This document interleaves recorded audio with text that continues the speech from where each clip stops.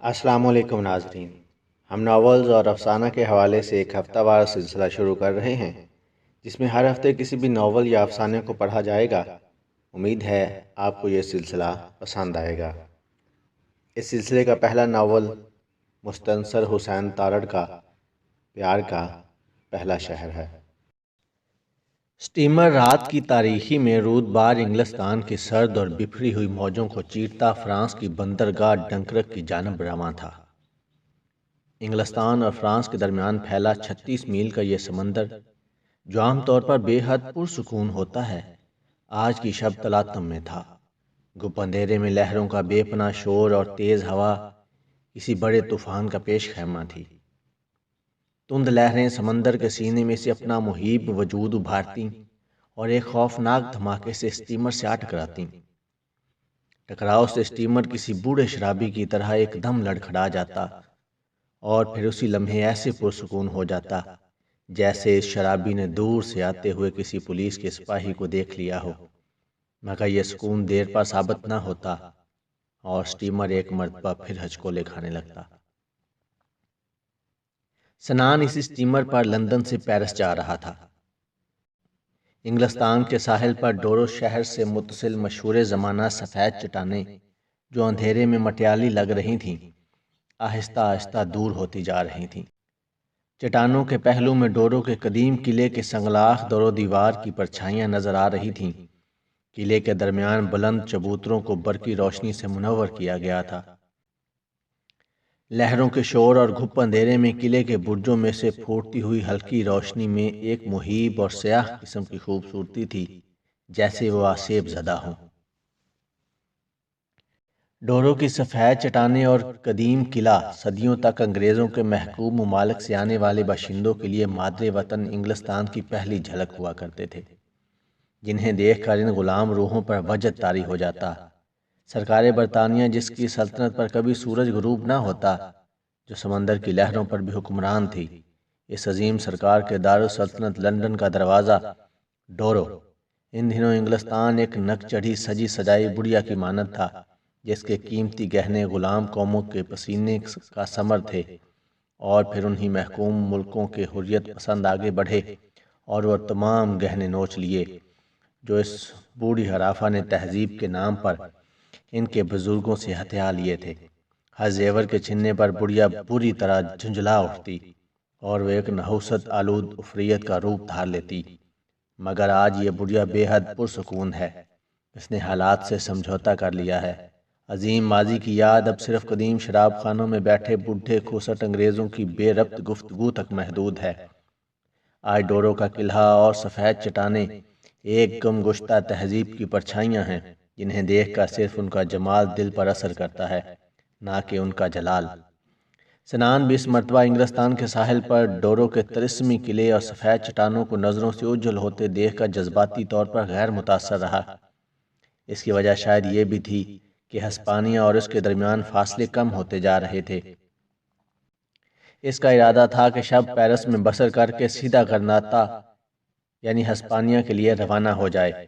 ڈورو کا قلعہ اور اس کے برجوں میں منور روشنیاں اب صرف ایک روشن گولے کی صورت میں نظر آ رہی تھیں۔ سفید چٹانیں مکمل طور پر تاریکی میں ڈوب چکی تھیں۔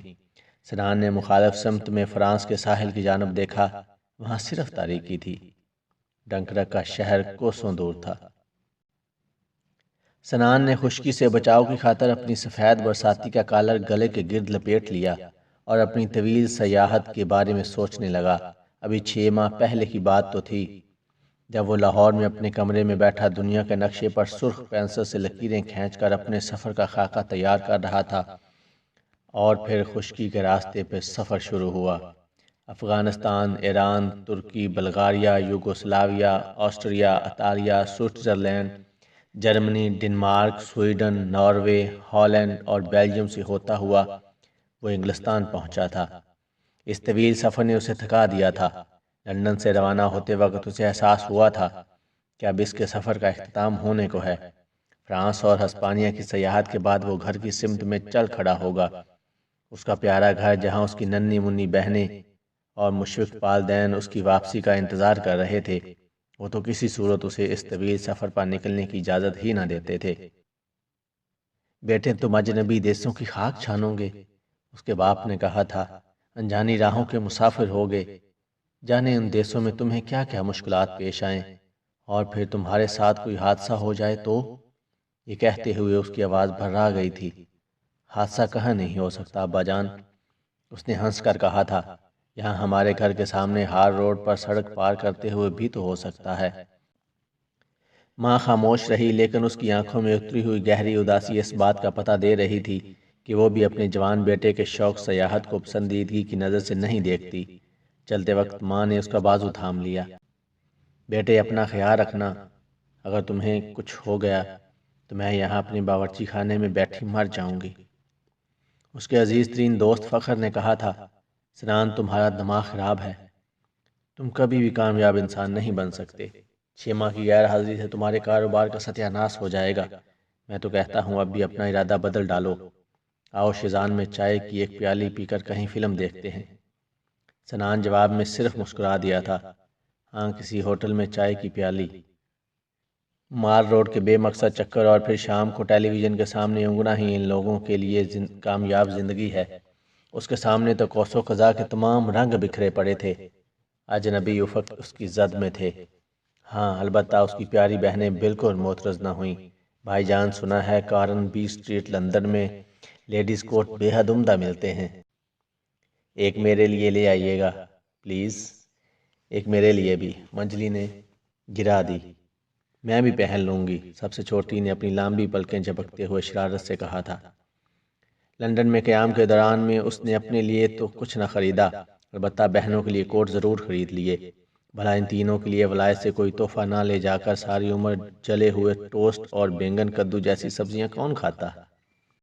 سنان سوچ رہا تھا کہ یہ سٹیمر اسے صبح تک فرانس کی بندرگاہ ڈنکرک لے جائے گا، وہاں سے گاڑی میں سوار ہو کر شام تک پیرس، شب بصری کے بعد دوسری صبح ہی وہ غرناطہ اور قرطبہ کے پرفسوں شہروں کی طرف چل دے گا، جہاں کی محرابوں اور ایوانوں نے اسے ڈوری میں باندھ رکھا تھا۔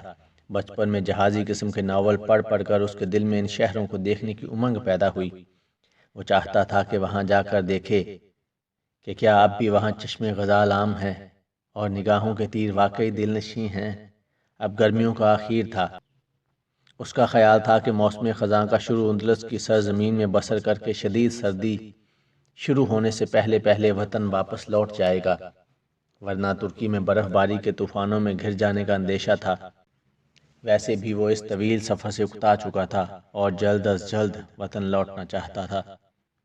ایک تیز و تند لہر سٹیمر سے ٹکرائی اور سمندر کا نمکین پانی پھوار کی صورت میں سنان کے چہرے پر پھیل گیا۔ اس نے جیب سے رومال نکال کر منہ پونچھا اور ادھر ادھر نظر دوڑائی۔ نم آلود عرصہ ویران پڑا تھا۔ تمام مسافر رات کی خنکی اور سمندر کی نم آلود ہواؤں سے بچاؤ کی خاطر سٹیمر کی نچلی منزل میں واقع قہوہ خانے میں جا چکے تھے۔ ہوا اب قدرے تیز ہو چلی تھی اور اس کی خنکی برساتی میں سے جذب ہو کر اس کے چوڑے چکلے سینے کو یخ کر رہی تھی۔ سنان نے اپنا مختصر سامان اٹھایا اور قہوہ خانے کو اترتی ہوئی سیڑھیوں کی جانب چل دیا۔ قہوہ خانہ کھچا کھچ بھرا ہوا تھا۔ یہاں پر لہروں کے شور کی بجائے انسانی آوازوں کا غوغا تھا۔ چند لوگ کافی یا شراب پینے میں مصروف تھے، مگر اکثریت کرسیوں پر ٹانگیں پھیلائے اونگھنے اور سونے کے درمیانی مراحل میں تھی۔ دروازے کے ساتھ ٹیک لگائے ہوئے ایک بوڑھا انگریز سیاہ سوٹ اور باولر ہیٹ میں ملبوس ایک ہاتھ میں چھاتا تھامے بے حس و حرکت کھڑا تھا۔ اسے شاید فرش پر کوٹ بچھا کر لیٹے ہوئے ایک نوجوان جوڑے کی حرکات دیکھنے سے سکتہ طاری ہو گیا تھا، جو پیرس پہنچنے کا انتظار کیے بغیر وہیں فرانسیسی رومان پسندی کا پہلا سبق رٹنے میں ہمہ تن مصروف تھا۔ ایک جانب چند نوجوان انگریز موسیقار اپنے قد آور سازوں سے ٹیک لگائے اونگ رہے تھے۔ وہ شاید جس شہرت کے متمنی تھے انہیں لندن میں نہ مل سکی تھی، اور اب وہ پیرس کا رخ کر رہے تھے۔ پیرس جہاں ہر فنکار کی قدر ہوتی ہے، وہ موسیقار ہو یا مصور۔ سنان نے ایک نظر اس بے ترتیب ہجوم پر ڈالی اور پھر میزوں، کرسیوں اور انسانی جسموں سے راستہ بناتا کاؤنٹر تک پہنچ گیا۔ ایک پیالی کافی، اس نے اپنی گلی برساتی اتارتے ہوئے کاؤنٹر کے پیچھے کھڑے ویٹر سے کہا، اور ہاں، اس نے جلدی سے ترمیم کی، کافی بلیک ہو، جیٹ بلیک، بغیر دودھ کے۔ ویٹر نے سر ہلایا اور کچھ کہے بغیر مشین کا ہینڈل گھما کر کافی تیار کرنے لگا۔ کافی۔ کاؤنٹر کے ساتھ اونچی کرسی پر براجمان ایک پستہ قد سکاٹ نے اپنی مخمور آنکھیں سنان پر جما دی۔ اس کے سامنے شراب کا ایک گلاس دھرا تھا۔ شراب پیو لڑکے۔ سنان نے اسکاٹ پر ایک نظر ڈالی اور پھر ویٹر سے مخاطب ہو کر کہنے لگا، میں کافی میں چینی بھی پسند نہیں کرتا۔ پھر کافی؟ اسکاٹ نے بدک کر کہا۔ سنان خاموش رہا۔ اسکاٹ نے اس کے کوٹ کا کالر پکڑ کر اپنی طرف متوجہ کرنے کی کوشش کی۔ میں نے کہا نا شراب پیو۔ کافی تو عورتوں کا مشروب ہے۔ میں شراب نہیں پیتا، سنان نے اکتاہٹ سے کہا۔ میں پلا دیتا ہوں۔ اسکاٹ مصر ہو گیا۔ کہہ جو دیا کہ میں شراب نہیں پیتا، سنان نے غصے سے کوٹ کا کالر چھڑاتے ہوئے کہا۔ نہیں پیتے تو بے حد ذوق ہو۔ میں تو تمہارے بھلے کی بات کر رہا ہوں۔ یہاں سٹیمر پر ٹیکس فری ہے اور آدھی قیمت پر ملتی ہے۔ اسکاٹ نے لرزتے ہاتھوں سے کاؤنٹر پر رکھا شراب کا گلاس اٹھایا اور منہ سے لگا کر گٹا گٹ پی گیا۔ ویٹر نے جو شاید اسی انتظار میں تھا، کافی مشین کا ہینڈل چھوڑ کر الماری میں سے بوتل نکالی اور گلاس پھر سے لبالب بھر دیا۔ بوتل الماری میں واپس رکھ کر وہ پھر کافی بنانے میں مشغول ہو گیا۔ میں تو ہر ہفتے فرانس کا چکر لگاتا ہوں، اسکاٹ نے گھونٹ بھر کر جھومتے ہوئے کہا۔ آپ کی وہاں رشتہ داری ہے کیا؟ سنان نے یوں ہی پوچھ لیا۔ رشتہ داری؟ اسکاٹ نے ایک بے ہنگم قہقہہ لگایا۔ اسکاٹ لینڈ کے باشندوں کی رشتہ داری صرف اسکاچ وسکی سے ہوتی ہے۔ زیادہ پی گیا ہے کم بخت، سنان نے اندازہ لگایا اور خاموش کھڑا رہا۔ دراصل رات کا سیمر صبح تک فرانس پہنچ جاتا ہے اور میں وہاں سارا دن کسی قہوہ خانے میں بیٹھ کر برود اور کافی ایک ضلعوں میں اگائے جانے والے انگوروں کی شراب سے حظ اٹھاتا ہوں اور دوسری شب واپس انگلستان آ جاتا ہوں۔ سٹیمر کا 2 طرفہ کرایہ اسی کرسی پر بیٹھ کر سستی شراب پی کر ہی پورا کر لیتا ہوں۔ بہت خوب، سنان نے طنزی انداز میں داد دی۔ اور جناب نے سیدھی سادی پتلون کی بجائے یہ لڑکیوں کا لباس اسکرٹ کیوں پہن رکھا ہے؟ لڑکیوں کا لباس؟ اسکاٹ نے اپنے 4 خانے والے رنگ دار اونی اسکرٹ کی طرف دیکھ کر حیرانی سے کہا۔ اسکرٹ لڑکیاں ہی تو پہنتی ہیں۔ ہو نہیں نہیں، اسکاٹ نے پھر ایک زوردار قہقہہ بلند کیا۔ یہ تو اسکاٹ لینڈ کے جرری مردوں کا روایتی لباس کلٹ ہے۔ ہمارا قومی ہیرو روب رائے بھی یہی پہنا کرتا تھا۔ یہ روب رائے اسکاٹ لینڈ کا تھا کیا؟ 100% اسکاٹ۔ نام سے تو ہندو لگتا ہے، سنان نے بناوٹی حیرت سے کہا۔ تمہاری معلومات نہایت ناقص ہیں۔ اسکاٹ نے گلاس پھر خالی کر دیا اور اپنے کلٹ کو گھٹنوں پر پھیلاتے ہوئے کہنے لگا، ویسے یہ لباس ہے بڑے کام کی چیز، صرف تیز ہوا چلے تو مصیبت کھڑی ہو جاتی ہے۔ تو آپ لوگ اسے پہنتے ہی کیوں ہیں؟ میں تو صرف اس لیے پہنتا ہوں کہ فرانسیسی عورتیں اسے بے حد پسند کرتی ہیں، فدا ہو جاتی ہیں بس۔ اسکاٹ نے اپنا بدبودار منہ سنان کے پاس لا کر بڑے رازدارانہ لہجے میں بتایا اور پھر مسکرا کر کہنے لگا، ویسے فرانسیسی عورتوں کے بارے میں تمہارا کیا خیال ہے؟ کبھی ملنے کا اتفاق نہیں ہوا؟ کافی سر۔ ویٹر نے سفید جھاگ سے بھرپور کافی کی پیالی سنان کے آگے رکھ دی۔ سنان نے کافی کے پیسے ادا کیے۔ پستہ قد سکاٹ جس کی ذی ہوشی کی عمر اب ختم ہونے کو تھی، اس قابل نہ تھا کہ اس کی رفاقت میں بقیہ سفر خوشگوار طریقے سے بسر کیا جا سکے۔ چنانچہ سنان نے کافی کی پیالی کاؤنٹر سے اٹھا لی اور پیچھے مڑا۔ اسے کسی ایسی جگہ کی تلاش تھی جہاں بیٹھ کر وہ اطمینان سے کافی پی سکے اور ہو سکے تو بقیہ سفر کے دوران میں تھوڑا بہت اونگ بھی لے۔ قہوہ خانے کی تمام میزیں پر تھیں، کیوں نہ واپس عرشے پر ہی چلا جائے، سنان نے سوچا۔ وہاں خنکی کے باوجود سکون تو ہوگا، اور برساتی دوبارہ پہن کر قہوہ خانے دروازے سے باہر نکل گیا۔ سنان اوپر عرشے پر آیا تو وہاں اب بھی ویرانی کا راج تھا، البتہ طوفان کی شدت میں کمی واقع ہو چکی اور سٹیمر نہایت پرسکون انداز میں فرانس کے ساحل کی جانب بڑھتا چلا جا رہا تھا۔ سٹیمر کے گرد بنے ہوئے آہنی جنگلے کے اوپر بندھے ہوئے رستے پر وہ بلب جھول رہے تھے جن کی مدھم روشنی عرشے سے بھیگے ہوئے تختوں پر چمک رہی تھی۔ کیبن کی دیوار کے ساتھ خالی آرام کرسیوں کی ایک قطار تھی۔ سنان وہیں ایک کرسی پر بیٹھ گیا، جیب سے سگریٹوں کا پیکٹ نکالا اور ایک سگریٹ سلگا کر منہ میں دبا لیا اس نے بمشکل ایک دو کش ہی لگائے ہوں گے کہ بظاہر پرسکون سمندر میں سے ایک تند موج اٹھی اور سٹیمر کے ساتھ آ ٹکرائی۔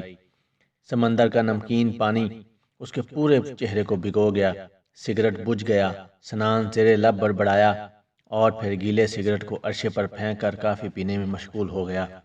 اس نے ایک چسکی لگا کر رسوں کو جھولتے ہوئے کمکموں سے پرے دیکھنے کی کوشش کی۔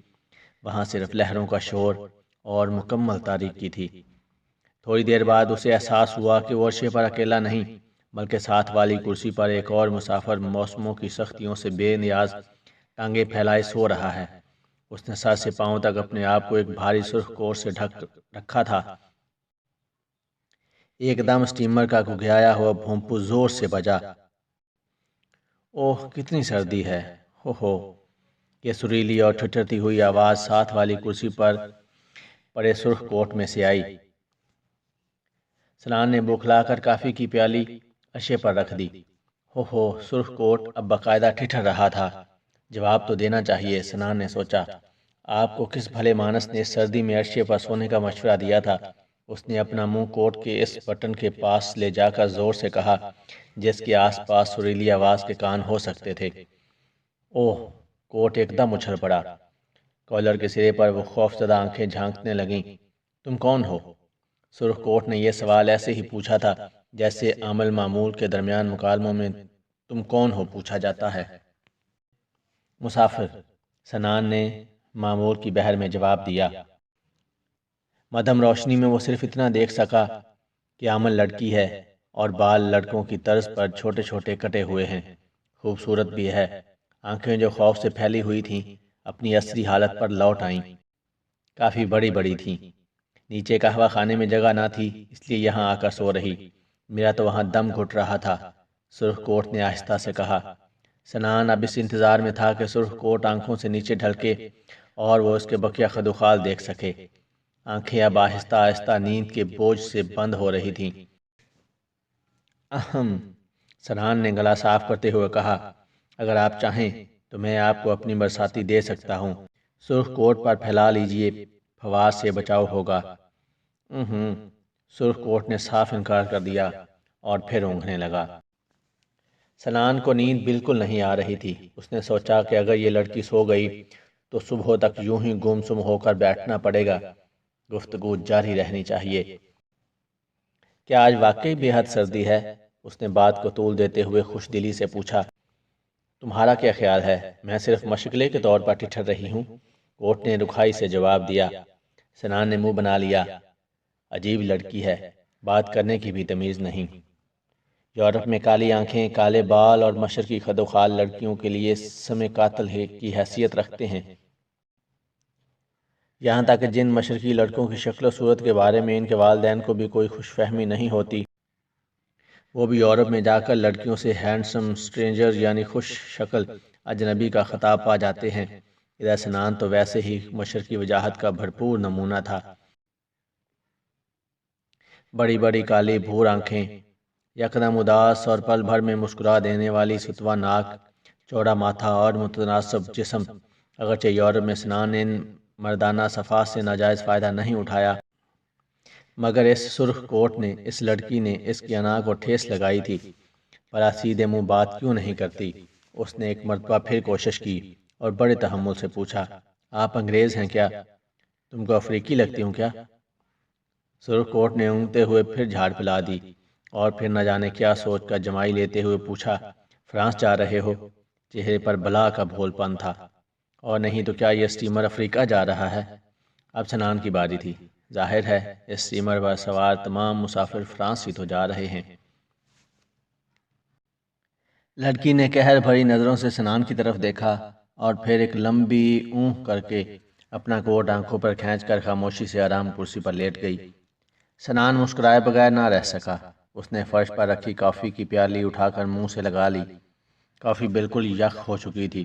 اس نے بمشکل ایک گھونٹ نگلا اور پیالی دوبارہ فرش پر رکھ کر انگلیاں چٹکانے لگا۔ اب کیا کیا جائے؟ ساتھ والی کرسی پر لیٹا سرخ کوٹ بالکل بے حس و حرکت تھا۔ اسے احساس ہوا کہ اس کا رویہ نہایت غیر معقول اور انتہائی غیر دوستانہ تھا۔ زیادتی بہرحال اس کی اپنی تھی بھلا مزے سے سوتی ہوئی ایک خوبصورت لڑکی کے کان میں اس طرح تان لگا دینا کہاں کی شرافت ہے؟ معذرت کرنی چاہیے، سنان نے فیصلہ کیا۔ ہیلو، اس نے کوٹ کے کالر سے مخاطب ہو کر سرگوشی کی۔ کوٹ ساکن پڑا رہا۔ میں نے کہا ہیلو، سنان نے قدرے بلند آواز میں کہا۔ اوہ کیا مصیبت ہے، سونے بھی دو گے یا نہیں؟ کوٹ ایک دم بڑبڑا کر اٹھ بیٹھا۔ وہ نہایت برہم نظر آ رہی تھی۔ میں دراصل آپ سے، میرا مطلب ہے مجھے بے حد افسوس ہے، میں نے آپ کو خام خواہ ڈرا دیا۔ سنان کے لہجے میں معذرت تھی۔ ایک بار نہیں بلکہ 2 مرتبہ۔ لڑکی نے دونوں مٹھیاں بھینچ کر ننھے بچوں کی مانند اپنی آنکھیں ملیں۔ آپ فرانس جا رہی ہیں؟ سنان کے منہ سے بے اختیار وہی جملہ نکل گیا جس پر اس سے قبل ہنگامہ ہو چکا تھا۔ اور نہیں تو کیا یہ اسٹیمر افریقہ جا رہا ہے؟ ظاہر ہے، اسٹیمر پر سوار تمام مسافر۔ اس نے انگلیاں نچا کر فکرہ ادھورا چھوڑ دیا اور خود بخود مسکرانے لگی۔ اس وقت سنان کا جی چاہا کہ کاش اس کے پاس بھی کوئی سرخ کوٹ ہوتا تاکہ وہ جواباً ایک لمبی اونھ کر کے اسے اوڑھ کر وہیں کرسی پر لمبا پڑ جاتا۔ میں صرف معذرت کرنا چاہتا تھا۔ سنان اپنی خفت مٹانے کی خاطر جیب سے سگریٹ نکال کر سلگانے کی کوشش کرنے لگا۔ سمندر سے اب بھی ہلکی ہلکی پھوار ان کے چہروں پر پڑ رہی تھی، اس لیے سگریٹ نہ چل سکا۔ اور کچھ؟ لڑکی نے کوٹ کا کالر آنکھوں سے سرکا کر نیچے کر لیا۔ واقعی وہ خوبصورت تھی۔ کچھ نہیں، سنان نے جھلا کر سگریٹ پھینک دیا۔ اب آپ سو سکتی ہیں، میں ہرگز مخل نہیں ہوں گا۔ تقریباً 1 گھنٹے تک ہمیں فرانس کے ساحل کی پہلی جھلک دکھائی دینے لگے گی۔ لڑکی نے ایک چٹتی ہوئی نگاہ اپنی چوکور جناتی ڈائل والی گھڑی پر ڈالتے ہوئے کہا۔ اب سو کر کیا کروں گی؟ سنان خاموش بیٹھا رہا۔ کیا تم پہلی مرتبہ فرانس جا رہے ہو؟ اس نے گردن کو ہلکا سا خم دے کر سنان کی جانب دیکھا اور جواب کا انتظار کیے بغیر بڑی معصومیت سے کہنے لگی، میں تو ہر سال جاتی ہوں۔ آپ بھی اس بوڑھے اسکاٹ کی طرح ہر ہفتے کیوں نہیں چلی جاتی؟ سنان نے یوں ہی ہانک لگائی۔ کون سے بوڑھے اسکاٹ کی طرح؟ اپنا یار ہے، نیچے قہوہ خانے میں بیٹھا وسکی پی رہا ہے۔ لڑکی کی آنکھیں اب کے حیرت سے پھیل گئیں۔ بہرحال آپ کہہ رہی تھیں کہ آپ ہر سال فرانس جاتی ہیں۔ سنان کا موڈ خاصا بہتر ہو چکا تھا۔ ہاں بالکل، لڑکی پھر گویا ہوئی۔ وہ اس لیے کہ میرا باپ انگریز ہے اور ماں فرانسیسی تھی۔ تھی؟ ہاں، مر چکی ہے۔ حسرت ان گنچوں پہ۔ آنکھیں اور زیادہ پھیل گئیں کیونکہ فقرہ اردو میں ادا ہوا تھا۔ عجیب عجیب باتیں کرتے ہو، لڑکی نے سر جھٹک کر کہا۔ میں نے اپنی زبان میں افسوس کا اظہار کیا تھا۔ سنان نے بڑی سنجیدگی سے کہا۔ بہرحال آپ کہہ رہی تھیں کہ آپ کی والدہ محترمہ وفات پا چکی ہیں۔ اندوہناک سانحہ کب ہوا تھا؟ تب میں بہت چھوٹی تھی، مجھے تو اس کی شکل بھی یاد نہیں، لیکن ہر سال فرانس جانے سے اس کا تعلق ابھی بتاتی ہوں۔ اس نے بالکل بچوں کی طرح خوش ہو کر پھر کہنا شروع کیا۔ میری خالہ پیرس میں رہتی ہیں۔ ڈیڈی ڈیئر مجھے گرمیوں میں ان کے پاس بھیج دیتے ہیں اور میں وہاں کرسمس تک رہتی ہوں، یعنی 25 دسمبر تک۔ سنان نے لقمہ دیا۔ تمہارے ہاں کرسمس کیا جون میں ہوتی ہے؟ ہمارے ہاں کرسمس سرے سے ہوتی ہی نہیں۔ یہ کیسے ہو سکتا ہے؟ اس نے حیرت سے کہا۔ 25 دسمبر کا دن تو ہر ملک میں آتا ہے۔ ہاں، لیکن کرسمس ہر ملک میں نہیں ہوتی۔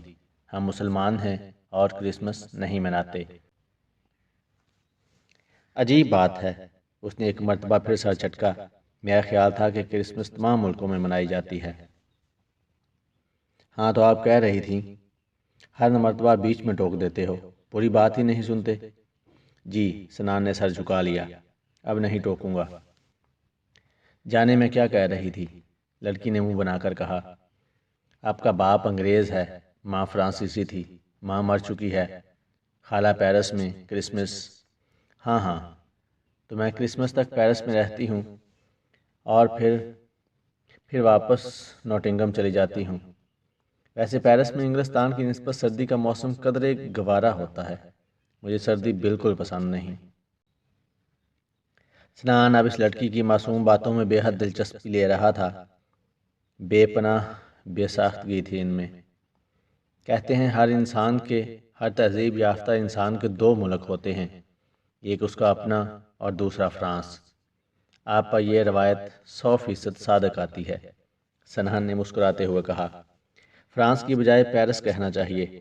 پیرس بے حد حسین شہر ہے، خاص طور پر دریائے سین اور اس کے خاموش کنارے، جہاں میں ہمیشہ شام ڈھلے سیر کو نکل جاتی ہوں اور رات گئے تک اکیلی گھومتی رہتی ہوں۔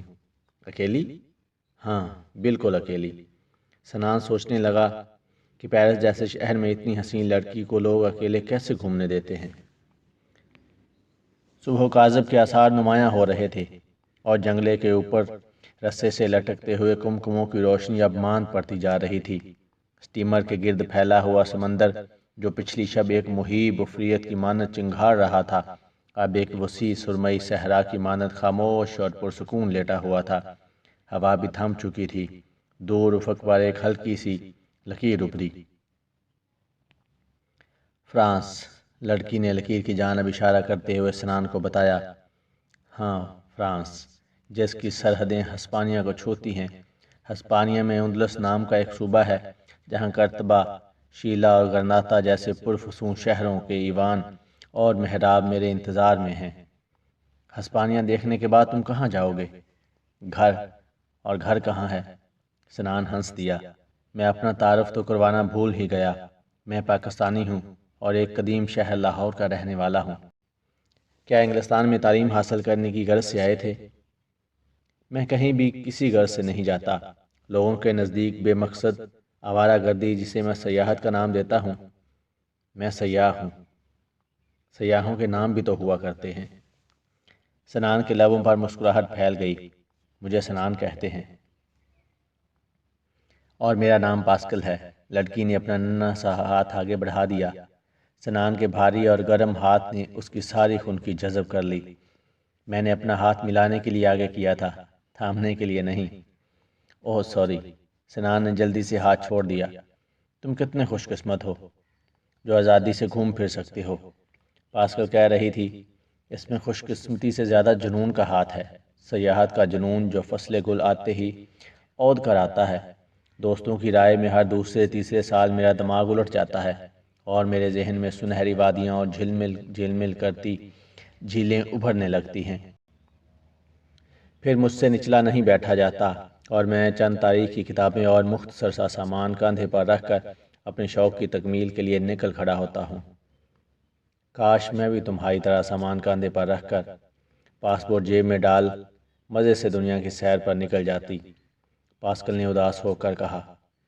انتظار کس بات کا ہے؟ یا کس کا ہے؟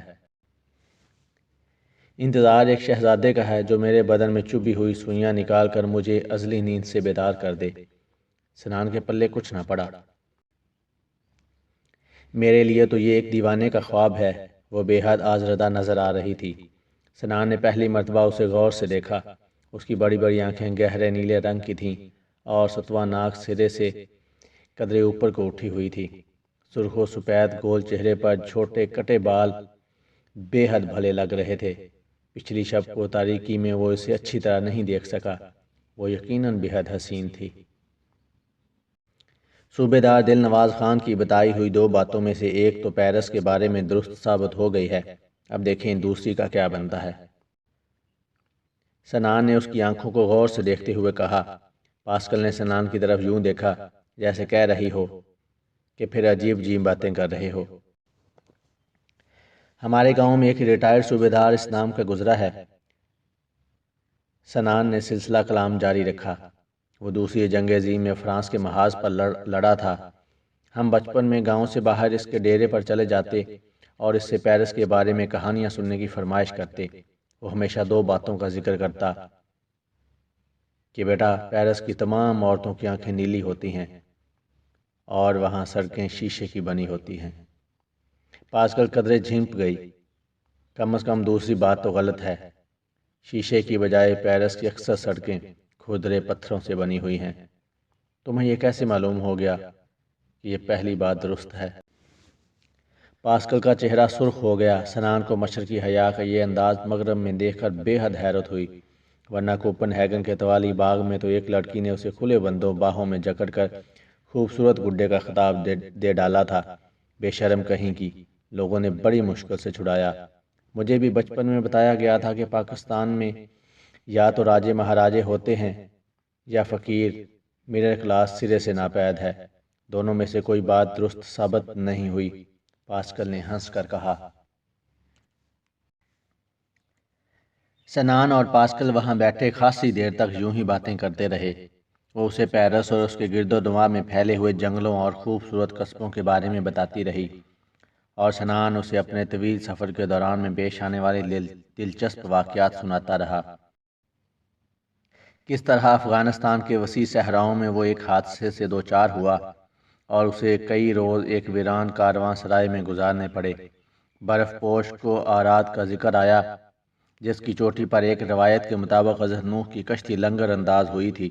استنبول سے چند میل دور شہزادوں کے جزیرے میں ایک عجیب و غریب یونانی لڑکی سے ملاقات، سوئٹزرلینڈ کے بلند پہاڑوں میں ایک آسیب زدہ قصبے میں قیام، سویڈن کی ایک جھیل کے کنارے چاندنی رات میں ایک بارہ سنگے سے مدبھیڑ، اور پھر بلیک فارسٹ جرمنی کی وہ چھوٹی سی ندی جہاں سے رومانوی دریا ڈینوب کا آغاز ہوتا ہے۔ پاسکل تھوڑی تلے ہاتھ رکھے اس کی تمام باتیں بے حد دلچسپی سے سنتی رہی۔ ہر اجنبی اور دور دراز کے ملک کے نام پر اس کا چہرہ مسرت سے دمک اٹھتا۔ سنان جو دفعتاً خاموش پسند واقعہ ہوا تھا، آج بے حد باتیں کر رہا تھا۔ ایک قصہ ختم ہوتا تو پاسکل منہ کھولے اس انتظار میں ہوتی کہ اب کسی اور انجانے جگہ کا تذکرہ چھیڑے گا۔ آخر میں سنان اسے عمر خیام کے شہر نیشا پور کے قدیم قہوہ خانوں میں کہی گئی لوگ حکایتیں سنانے لگا، یہاں تک کہ ڈنکرک کے فرانسیسی شہر کی عمارتیں دکھائی دینے لگیں۔ ان دونوں کے گرد تمام آرام کرسیاں اب مسافروں سے پر ہو چکی تھیں۔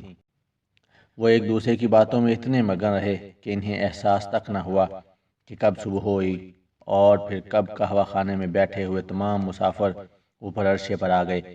اکثر لوگ جنگلے کے ساتھ لگ کر ڈنکرک کے شہر اور بندرگاہ کو دیکھ رہے تھے جو نزدیک سے نزدیک تر ہوتا جا رہا تھا۔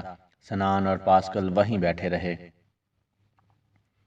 سنان کو خیال آیا کہ ابھی یہ سٹیمر بندرگاہ میں داخل ہو جائے گا اور یہ خوبصورت لڑکی یورپی لوگوں کی روایتی سرد مہری کا مظاہرہ کرتے ہوئے یہ کہہ کر چل دے گی کہ رفاقت کا شکریہ، خدا حافظ۔ وہ نہیں چاہتا تھا کہ ایسا ہو۔ بندرگاہ میں داخلے پر سٹیمر کا بھونپو زور زور سے بجنا شروع ہو گیا۔ جنگلے کے گرد کھڑے اور کرسیوں پر بیٹھے ہوئے مسافروں نے اپنا اپنا سامان اٹھایا اور اس کونے کی طرف چل دیے جہاں بندرگاہ کو اترنے والی سیڑھی نصب تھی۔ سنان نے پاسکل کی جانب دیکھا، وہ بڑے پرسکون اپنے سرخ کوٹ کے ایک بٹن سے کھیلنے میں مصروف تھی۔ یوں لگتا تھا جیسے اسے ڈنکرک نہیں اترنا بلکہ یہ سٹیمر اسے کہیں اور لے جائے۔ سنان نے جیب سے کنگھی نکالی، اپنے نم آلود بال درست کیے اور کرسی سے اٹھ کھڑا ہوا۔ تمام شب کی بیٹھک نے اس کے جسم کو بری طرح اکڑا دیا تھا۔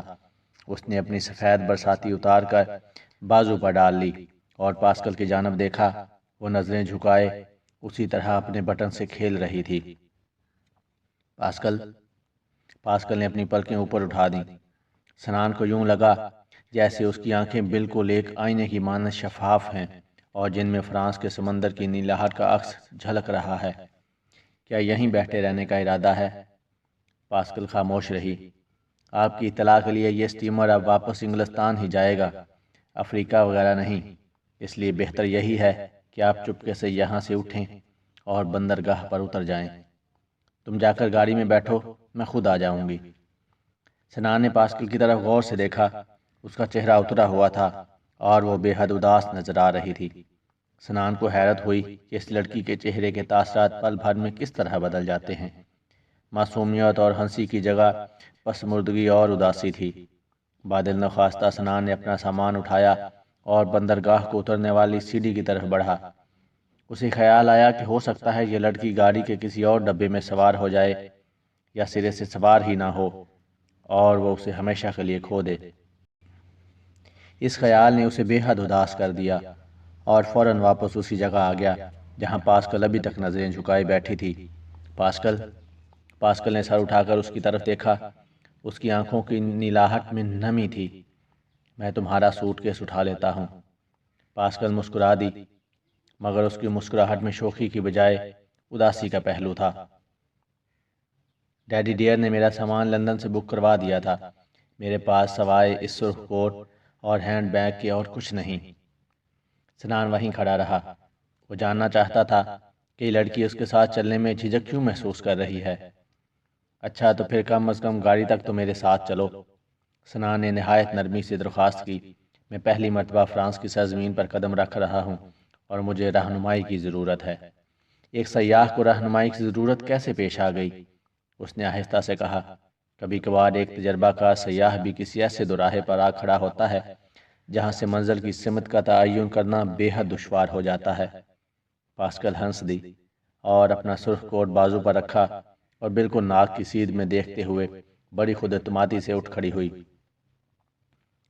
محترمہ پہلے آپ، سنان نے شوخی کا مظاہرہ کرتے ہوئے جھک کر کہا۔ وہ بے حد مسرور نظر آ رہا تھا۔ شکریہ۔ پاسکل نے اپنی نیلی آنکھیں ایک لہجہ کے لیے سنان پر جما دی۔ سنان اسی طرح جھکا ہوا اس کے راستے سے ہٹ گیا۔ وہ قدرے جھجکی اور پھر بندرگاہ کو اترتی ہوئی سیڑھیوں کی جانب رخ کر کے چلنا شروع کر دیا۔ سنان سیدھا ہو کر اس کے پیچھے چلنے کو تھا مگر چل نہ سکا۔ اسے یوں محسوس ہوا جیسے اس کا سانس رک گیا ہو، اس کے قدم عرشے کی گیلی لکڑی پر میخوں سے ٹھونک دیے گئے ہوں۔ وہ جو کچھ دیکھ رہا تھا وہ قدرت کا ایک بھیانک مذاق تھا۔ خالق اپنی تخلیق کے عمل میں کہیں چوک گیا تھا۔ وہ چل نہیں رہی تھی بلکہ چلنے کی اذیت ناک کوشش میں مصروف تھی۔ لڑکھڑاتی ٹھوکریں کھاتی پاسکل وہ لنگڑی تھی۔ بے بسی اور غصے کے جذبات سے سنان کا دماغ دہکنے لگا اور اس نے اپنے سینے میں اس بے بس لڑکی کے لیے بے پناہ ہمدردی اور رحم کی ایک ایسی لہر دوڑتی ہوئی محسوس کی جس نے اس کے سارے جسم کو سن کر کے رکھ دیا۔ وہ اسی آرام کرسی کے پاس بے حس و حرکت کھڑا ٹک ٹکی باندھے اسے دیکھ رہا تھا۔ پاسکل ایک ہاتھ اپنی ران پر سختی سے دبائے بے حد تکلیف دہ انداز میں لنگڑاتی ہوئی چلی جا رہی تھی۔ سیڑھی کے قریب پہنچ کر وہ لہجہ بھر کے لیے رکی اور پھر آہستہ سے پیچھے مڑ کر سنان کی جانب دیکھا۔ کیا یہیں کھڑے رہنے کا ارادہ ہے؟ اس کے باریک ہونٹوں پر حزان امیز تبسم کھیل رہا تھا۔ سنان نے بے یقینی کے عالم میں ایک مرتبہ سر کو جھٹکا اور اسی طرح گمسم تیزی سے چلتا ہوا اس کے پاس پہنچ گیا۔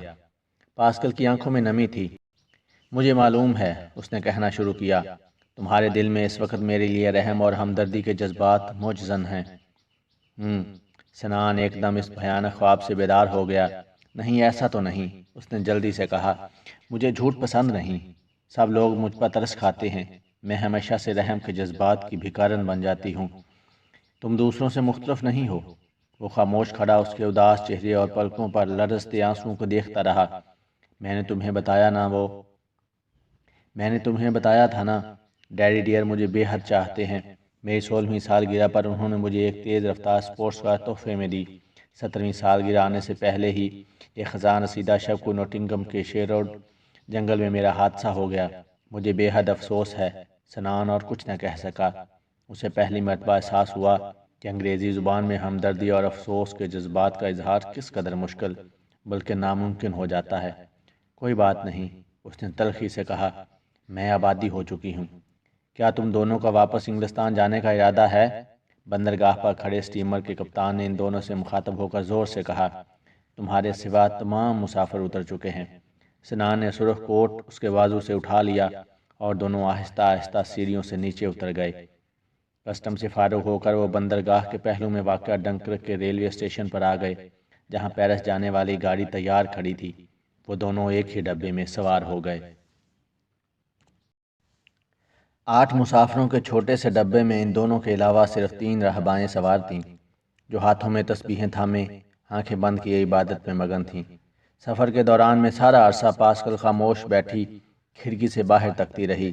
یوں لگتا تھا جیسے اسے ڈبے میں سوار دوسرے مسافروں اور سنان کی موجودگی کا احساس تک نہیں اور وہ اکیلی خلا میں سفر کر رہی ہے۔ سنان کو معلوم تھا کہ ہر سال انہی راہوں سے گزرنے والی اس بے بس لڑکی کو اس ڈبے سے باہر گزرتے ہوئے فرانس کے دیہی مناظر سے کوئی دلچسپی نہ تھی۔ وہ ان سرسبز کھیتوں اور وسیع چراگاہوں کے دامن میں پھیلی ہوئی اجلی اجلی دھند کو اس سے پہلے بھی کئی مرتبہ دیکھ چکی تھی۔ یہ گھنے جنگل اور چمکیلی ندیاں اس کے لیے اجنبی نہ تھے۔ اس کی نیلی آنکھیں جنہیں دیکھ کر سنان کو ایران کا نیلا آسمان یاد آ گیا تھا، کسی اور جہان میں تھیں۔ سنان اس کے حسن میں حزن و ملال کے روگ کو جان گیا تھا۔ اسے اب احساس ہوا کہ وہ اتنی خوبصورت ہوتے ہوئے بھی پیرس کی پرفسوں شامیں دریائے سین کے کناروں پر اکیلی ہی کیوں گزار دیتی ہے۔ سیاحت اور جہاں گردی اس کے لیے دیوانے کا خواب کیوں تھی؟ وہ اپاہج تھی۔ وہ اسٹیمر پر اس آرام کرسی سے اٹھتے ہی جھجک کیوں رہی تھی؟ سنان اس کے حسن میں حزن و ملال کے روگ کو جان گیا تھا۔ اسے اب احساس ہوا کہ وہ اتنی خوبصورت ہوتے ہوئے بھی پیرس کے پرفسوں شامیں دریائے سین کے کناروں پر اکیلے ہی کیوں گزار دیتی ہے۔ سیاحت اور جہاں گردی اس کے لیے دیوانے کا خواب کیوں تھی؟ وہ اپاہج تھی۔ وہ اسٹیمر پر آرام کرسی سے اٹھتے ہی جھجک کیوں رہی تھی؟ خالق اپنے تخلیقی عمل میں نہیں چوکا تھا، بلکہ انسانی ساختہ ایک لوہے کے ڈھیر نے مکمل تخلیق کا حسن داغدار کر دیا تھا۔ پچھلے 6 ماہ کی جہاں گردی کے دوران میں سنان کو کسی ملک میں بھی کسی ایسی لڑکی سے ملنے کا اتفاق نہ ہوا تھا جسے ایک مرتبہ پھر ملنے کی ہوک اس کے دل سے اتنی شدت سے اٹھی ہو۔ وہ اس لڑکی کو دوبارہ ملنا چاہتا تھا۔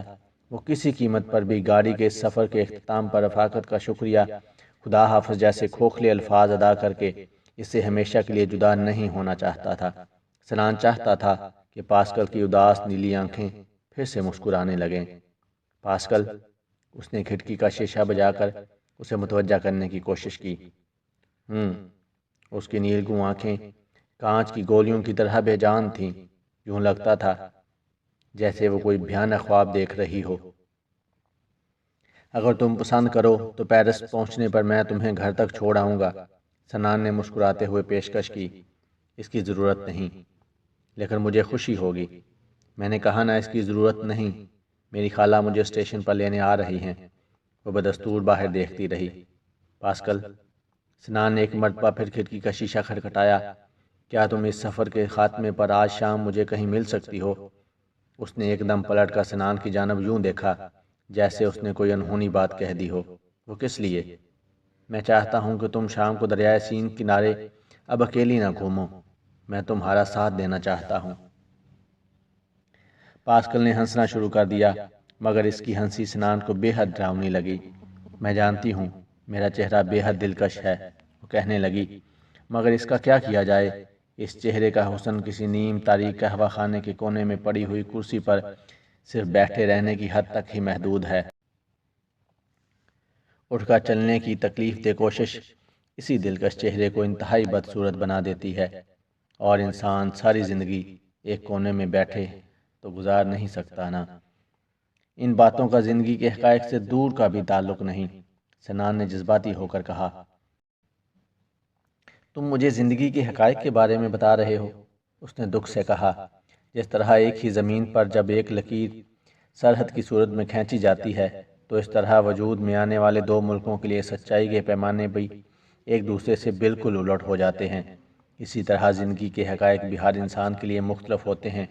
تمہارے جیسے سیاح کے لیے زندگی کے حقائق ہیں اجنبی دیسوں کی پکار پر گھر سے نکل کھڑے ہونا، سنہری وادیوں کے خواب جو بعد میں حقیقت کا روپ دھار لیتے ہیں، اور ایک لاؤبالی اور ہنگامہ خیز زندگی، اور میرے جیسی اپاہج اور لاچار لڑکی کے لیے آرام دہ کرسیوں اور صوفوں پر بیٹھ کر فیشن کے رسالے پڑھنا، کتابوں کی ورق گردانی کرنا، پہروں اپنے کمرے کی کھڑکی میں باہر بیٹھے تکتے رہنا، لوگوں کے جذبات کو اپنے دل کی چھلنی میں چھان کر یہ دیکھنا کہ رحم کے جذبات کے علاوہ کوئی چھوٹا موٹا ذرہ شاید محبت کا بھی ہو، اور پھر نرم بستر پر ڈیڈی کے خالہ کے تھپکنے سے ایسے سو جانا جیسے میں 20-22 برس کی نوجوان لڑکی نہیں بلکہ ایک ایسی چھوٹی سی بچی ہوں جو غبارہ گم ہو جانے پر بے حد غمگین ہو اور سو نہ سکتی ہو۔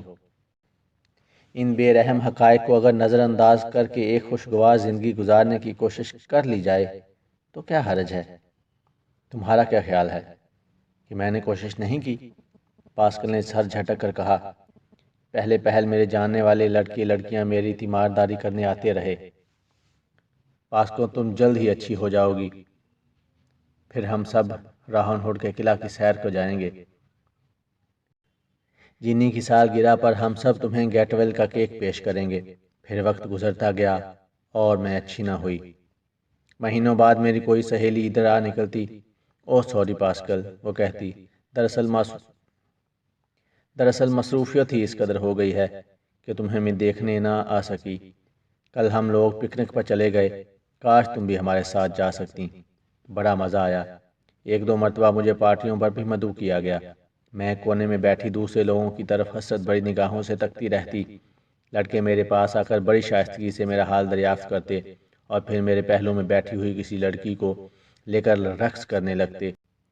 تم شاید ایک مشرقی ہونے کی حیثیت سے اس کا احساس نہ کر سکو کہ ایک مغربی لڑکی کے لیے اس طرح الگ تھلگ ہو جانا کتنا بڑا سانحہ ہے۔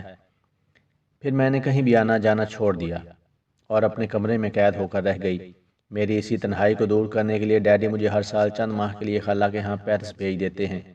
مجھے اس سے کوئی فرق نہیں پڑتا۔ نوٹنگم میں میرے کمرے کی کھڑکی کے شیروڈ جنگل سے چند درخت دکھائی دیتے ہیں اور پیرس میں اسی قسم کی ایک کھڑکی سے فٹ پاتھ کا ایک حصہ اور شاہ بلوط کے درخت نظر آتے ہیں۔ جگہ بدل جاتی ہے مگر تنہائی نہیں جاتی۔ سنان خاموشی سے اس کی محرومیت کی داستان سنتا رہا۔ وہ اب پہلے سے کہیں زیادہ اس لڑکی کو دوبارہ ملنا چاہتا تھا۔ ڈبے میں بیٹھی ہوئی راہباؤں کے سنجیدہ چہرے اس بات کی گواہی دے رہے تھے کہ وہ عبادت میں اتنی زیادہ مگن نہ تھیں کہ پاسکل کی باتیں ان کے کانوں میں نہ پڑتیں۔ پاسکل خاموش ہوئی تو ان تینوں نے بیک وقت نظریں اٹھا کر اس کی جانب دیکھا، جیسے کہہ رہی ہوں، بیٹی، ہمیں بھی تم سے ہمدردی ہے۔ میں اب بھی یہی کہوں گا کہ میری دلی خواہش یہی ہے کہ ہم دونوں پیرس میں ضرور ملیں۔ سنان نے تھوڑی دیر خاموش رہنے کے بعد آہستہ سے کہا، سوچ لو۔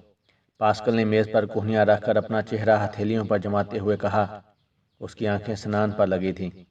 میں جب تمہارے ساتھ چلوں گی تو بوڑھی عورتیں آپس میں خسر پھسر کریں گی۔ لڑکیاں کہیں گی، ایسے قبول صورت مشرقی نوجوان کو پورے پیرس میں ایک اپاہج لڑکی پسند آئی۔ اور فرانسیسی مرد، جن کے لیے عورت کی خوبصورتی کے پیمانے کولہوں سے اوپر نہیں جاتے، تمہاری عقل پر ماتم کریں گے۔ تضحیک ہوگی تمہاری۔ ایک ایسے ماحول میں جہاں میں مکمل طور پر اجنبی ہوں گا، میری کیا تضحیک ہو سکتی ہے؟ میں نے تو پچھلی شب تمہاری آنکھیں دیکھنے کے بعد ہی فیصلہ کر لیا تھا کہ میں تمہیں دوبارہ ملنے کے لیے کہوں گا۔ جب میں آج صبح آرام کرسی سے اٹھ کر عرصے پر لنگڑاتی ہوئی چل رہی تھی، تب کیا تم نے اپنا ارادہ بدل نہیں دیا تھا؟ بالکل نہیں، بلکہ تمہاری بے بسی نے میرے اس ارادے کو اور تقویت بخشی تھی۔ بے بسی؟ پاسکل بھڑک اٹھی۔ بس میں اس لفظ سے خائف ہوں۔ بے بسی، رحم، یہ جذبات تو لوگ جانوروں کے لیے بھی محسوس کرتے ہیں۔ مجھے ان کی چاہت نہیں۔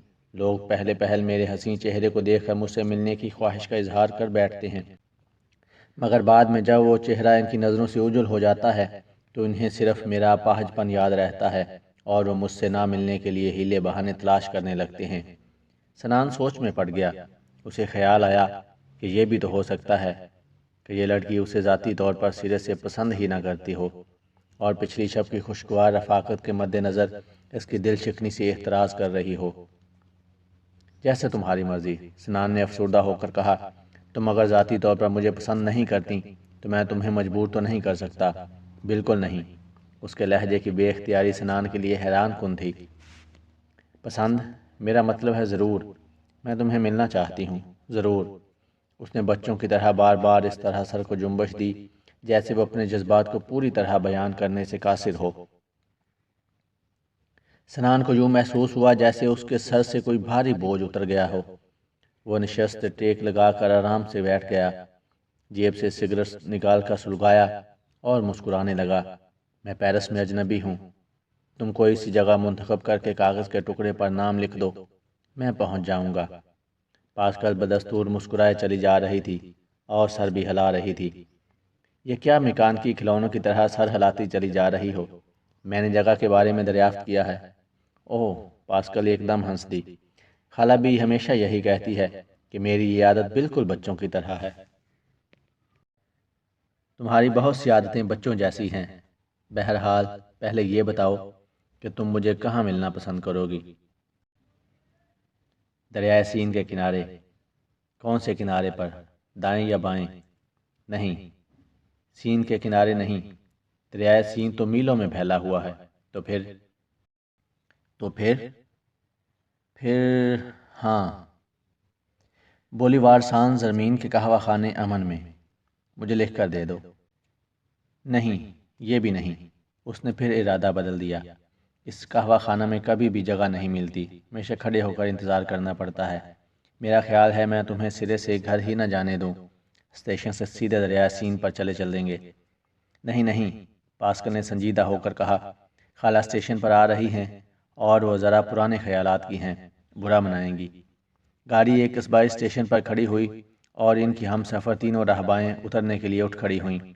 بیٹی، ان میں سے ایک راہبہ نے بڑے پیار سے پاسکل کے سر پر ہاتھ پھیرا، آئیفل ٹاور کے نیچے ملنے میں کیا قباحت ہے؟ خداوند یسوع تم دونوں کو ہمیشہ خوش رکھے۔ جہاں دو راہباؤں نے ڈبے سے باہر جاتے ہوئے انہیں دعا دی، گاڑی دوبارہ چلی تو پاسکل بے اختیار ہنس دی۔ اس راہبہ کو کیسے معلوم ہو گیا کہ آئیفل ٹاور لوگوں کو ملنے کے لیے بہترین جگہ ہے؟ وہ بیچاری پیدا ہوتے ہی راہبہ تو نہیں بن گئی تھی نا؟ درمیانی وقفے میں شاید کوئی دل شکن واردات قلب ہوئی ہو اور اسے مجبوراً راہبانیت اختیار کرنی پڑی۔ بہرحال مجھے آئیفل ٹاور کا خیال بالکل نہ آتا اگر یہ محترمہ اس کا مشورہ نہ دیتی۔ مناسب جگہ ہے۔ بس تو پھر طے ہو گیا، ہماری گاڑی پورے 5 بجے پیرس پہنچے گی۔ سنان نے گھڑی پر نظر ڈالتے ہوئے کہا، اور میں آج شب پورے 7 بجے دریائے سین کے کنارے آئیفل ٹاور تلے تمہارا انتظار کروں گا۔ میں 6:45 بجے ہی پہنچ جاؤں گی، اس نے شوخی سے کہا۔ اور ہاں، میں آج شام کیا پہن کر آؤں؟ کوئی لباس، لیکن کس رنگ کا؟ تمہیں کون سا رنگ پسند ہے؟ مجھے جو رنگ پسند ہے وہ تمہاری آنکھوں میں ہے۔ یعنی تمہیں بھورا رنگ پسند ہے؟ پاسکل کا چہرہ شرارت سے دمک رہا تھا۔ کمال ہے، سنان نے ہنستے ہوئے کہا، کل شب تو نیلی تھیں، آج ان کا رنگ بھورا ہو گیا۔ میں کلر بلائنڈ تو نہیں ہو گیا؟ ایک مرتبہ پھر دیکھ لو۔ پاسکل نے اپنی لامبی پلکیں اوپر اٹھا دیں۔ سنان قدرے گھبرا گیا، لڑکیوں کے معاملے میں وہ بے حد نا تجربہ کار تھا اور اس طرح کے روایتی پیار کے انداز اسے بالکل پسند نہ تھے۔ اس نے تو یوں ہی کہہ دیا۔ سنان نے ایک نظر پاسکل پر ڈالی جو آنکھیں کھولے اس کی جانب پٹ پٹ دیکھ رہی تھی، اور آہستہ سے کہنے لگا، بس دیکھ لی۔ پھر کون سا رنگ ہے؟ اچھی طرح دیکھ نہیں پایا۔ کیا؟ تمہاری آنکھوں کا رنگ۔ میرا مقصد تمہاری آنکھوں میں جھانکنا تھا۔ میں نے اتنی کالی بھوری آنکھیں آج تک کسی کی نہیں دیکھی۔ تقریباً تمام پاکستانی لڑکوں کی آنکھیں ایسی ہی ہوتی ہیں، سنان نے جھینپ کر کہا۔ جھوٹ، پاسکل نے مچل کر کہا۔ نوٹنگم کی آدھی آبادی پاکستانیوں پر مشتمل ہے، ان میں سے کسی کی بھی آنکھیں تمہاری ایسی نہیں۔ تم وہاں ان کی آنکھوں میں جھانکتی رہتی ہو؟ نہیں، ایسا تو نہیں۔ ڈیڈی ڈیئر کبھی کبھی مجھے شام کے کھانے کے لیے کسی پاکستانی ریسٹورانٹ میں لے جاتے ہیں، وہاں دیکھنے کا اتفاق ہوا ہے۔ ویٹر پاکستانی ہوتے ہیں نا؟ پاکستان کے بارے میں ریستورانوں کے علاوہ اور تمہاری کیا معلومات ہیں؟ میں نے روڈ کپلنگ کی کتاب کم پڑھی ہے۔ اس کا آغاز اس فکرے سے ہوتا ہے کہ کم لاہور عجائب گھر کے سامنے بڑی توپ زمزمہ پر بیٹھا تھا، اور یہ کہ کپلنگ لاہور کی بادشاہی مسجد کے مینار پر بیٹھ کر خوبصورت نظمیں تخلیق کیا کرتا تھا۔ کپلنگ کو فرانس سے بھی اتنی ہی محبت تھی جتنی میرے شہر لاہور سے۔ وہ کیسے؟ اس نے کہا تھا کہ ہر وہ شخص جو انسانیت کا ہمدرد ہے فرانس سے محبت کرتا ہے۔ لاہور اور فرانس، پاسکل مسکرانے لگی۔ سنان نے اسے بتایا کہ اس اخبار کا دفتر اس کے گھر کے پہلو میں واقع ہے، جہاں پر کسی زمانے میں کپلنگ کام کرتا تھا۔ اس دفتر کے ایک چوکیدار کا محبوب مشغلہ غیر ملکی سیاحوں کے ہاتھوں وہ واحد میز فروخت کرنا ہے جس پر بیٹھ کر کپلنگ نے اپنے لازوال ناول تصنیف کیے۔ اب تک وہ چوکیدار ایسی 20 میزیں فروخت کر چکا ہے۔ ہمارے ہاں بھی نپولین کی ڈائری سینکڑوں بار فروخت ہو چکی ہے، پاسکل نے بتایا۔ یعنی پاکستان کے بارے میں تمہاری معلومات پاکستانی ویٹروں اور ناول کم تک محدود ہیں۔ اس کے علاوہ اس نے سر گھساتے ہوئے سوچنا شروع کر دیا۔ ہاں، میں نے شالیمار باغ کے بارے میں ایک نظم پڑھی اور میرے پاس نوٹنگم میں ایک پاکستانی دستکاری کی دکان سے خریدا ہوا ایک زیور بھی موجود ہے۔ پاکستانی زیور؟ ہاں، کانوں میں ڈالتے ہیں، دکاندار کہہ رہا تھا۔ سبھی پاکستانی عورتوں کے کانوں میں پیدائشی طور پر سوراخ ہوتے ہیں جن میں ایئر رنگ لٹکا لیے جاتے ہیں۔ وہ دکاندار تمہیں مشرق کے جادو سے مسحور کرنے کی کوشش کر رہا تھا۔ سوراخ پیدائشی طور پر نہیں ہوتے، بعد میں چھیدے جاتے ہیں۔ تمہاری زبان میں ان ایئر رنگز کو کیا کہتے ہیں؟ جھمکے۔ جھمکے، بہت خوبصورت نام ہے، میں آج شام پہن کر آؤں گی۔ چاندی کے ہیں؟ سنان نے اس کی معصومیت پر مسکرا دیا۔ وہ یقیناً ان جھمکوں میں خوبصورت لگے گی۔ پورے 7 بجے آئیفل ٹاور تلے، سنان نے ایک مرتبہ پھر دہرایا۔ 6:45 بجے۔ پاسکل شرارت سے ہنس دی اور بچوں کی طرح پھر سر ہرانے لگی۔ گاڑی وقت مقررہ سے 10 منٹ قبل ہی پیرس کے سینٹ لازار اسٹیشن کے گندے پلیٹ فارم پر پہنچ گئی۔ وہ دونوں ڈبے سے باہر نکلے تو سامنے پاسکل کی فربا مگر خوش شکل خالہ کھڑی تھی، جو اسے دیکھتے ہی پاسکل مبشری کہہ کر لپٹ گئیں۔ سنان کو چونکہ اس سے پہلے فرانسیسی خالاؤں سے ملنے کا اتفاق نہیں ہوا تھا، اس لیے وہ یہ خطرہ مول لیے بغیر اپنا سامان اٹھا کر اسٹیشن سے باہر آ گیا۔ سامنے کی عمارت میں دفتر معلومات تھا، وہ اندر چلا گیا۔ ریسیپشن پر ایک کالے بالوں والی پستہ قد فرانسیسی لڑکی درجن بھر سیاحوں کو پیرس میں قیام کے لیے ہوٹل اور قابل دید مقامات کے بارے میں معلومات فراہم کر رہی تھی۔ سنان کا طریقہ سفر عام سیاحوں سے بے حد مختلف تھا۔ اس نے کبھی بھی منزل کا تعین نہ کیا تھا۔ ایک گاڑی پر سوار ہوئے، راستے میں کوئی خوبصورت قصبہ یا گاؤں دکھائی دیا تو وہیں اتر گئے۔ کسی دوسرے سیاح نے خبر دی کہ فلاں جگہ آج کل جشن ہو رہا ہے تو وہاں پہنچ گئے۔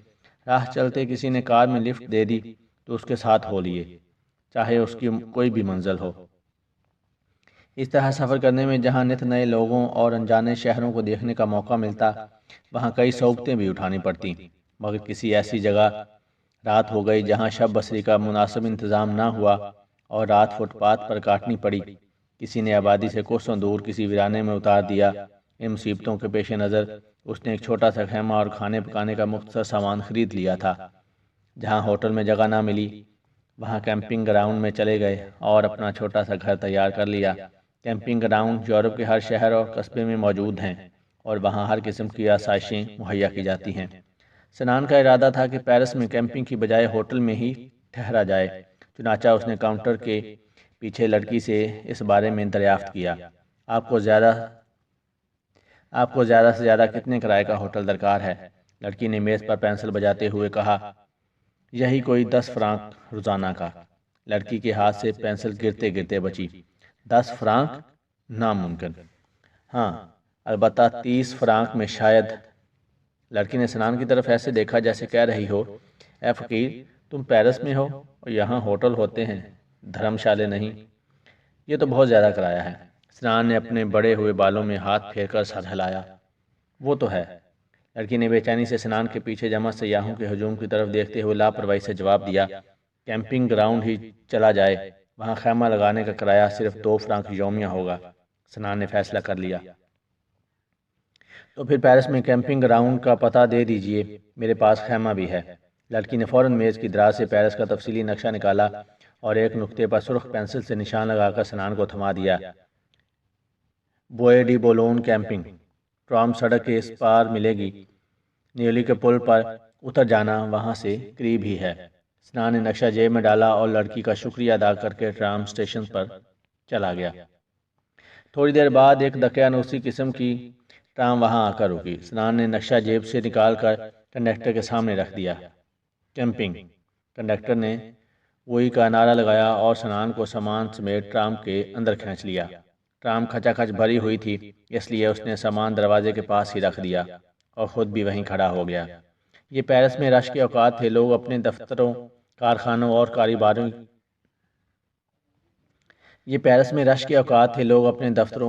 اور کاروباری اداروں میں کام سے فارغ ہو کر گھروں کو لوٹ رہے تھے۔ نیولی کا پل آیا تو کنڈکٹر نے اسے اتار دیا۔ سنان کچھ دیر تو ٹرام اسٹیشن پر کھڑے ہو کر کیمپنگ کو جانے والی سڑک کا تعین کرنے کی کوشش کرتا رہا، مگر وہاں تو کئی سڑکیں تھیں وہ سڑک پار کر کے چوک میں کھڑے نیلے وردی میں ملبوس فرانسیسی ٹریفک پولیس کے سپاہی کے پاس چلا گیا اور اس کو نقشہ دکھا کر کیمپنگ کو جانے والی سڑک کے بارے میں استفسار کیا۔ سپاہی نے جو اب تک منہ میں گسیری ہوئی سیٹی بجا رہا تھا، سیٹی جیب میں رکھی، اپنی ٹوپی درست کی اور نقشہ ہاتھ میں لے کر اسے بے حد غور سے دیکھنے لگا۔ آہا، کیمپنگ! سپاہی نے سنان کے کندھے پر دھپ لگاتے ہوئے کہا۔ بالکل کیمپنگ، سنان نے جواباً سپاہی کے کندھے پر دھپ لگاتے ہوئے خوش دلی سے کہا۔ سپاہی فوراً سنجیدہ ہو گیا اور اسے راستے کے بارے میں بتانے لگا۔ گفتگو فرانسیسی زبان میں ہو رہی تھی اور سنان چونکہ کالج میں فرانسیسی کے پہلے پیریڈ کے بعد ہی ٹیبل جیسے سیدھے سادے لفظ کی ادائیگی لا تابلو وغیرہ نہ کر سکا تھا، اس لیے یہاں بھی سپاہی نے جو کچھ کہا اس کے پلے نہ پڑا اور وہ ہدایتیں سننے کے بجائے اس کے تیزی سے چلتے ہوئے ہاتھوں کے اشارے سمجھنے کی کوشش کرتا رہا۔ خاصی دیر کی خوشگوار گپ شپ کے بعد یہ حقیقت آشکارا ہوئی کہ کیمپنگ نیولی کے پل کے ساتھ دریائے سین کے کنارے جاتی ہوئی سڑک کے آخر میں واقع ہے۔ فاصلے کا تعین پھر بھی نہ ہو سکا۔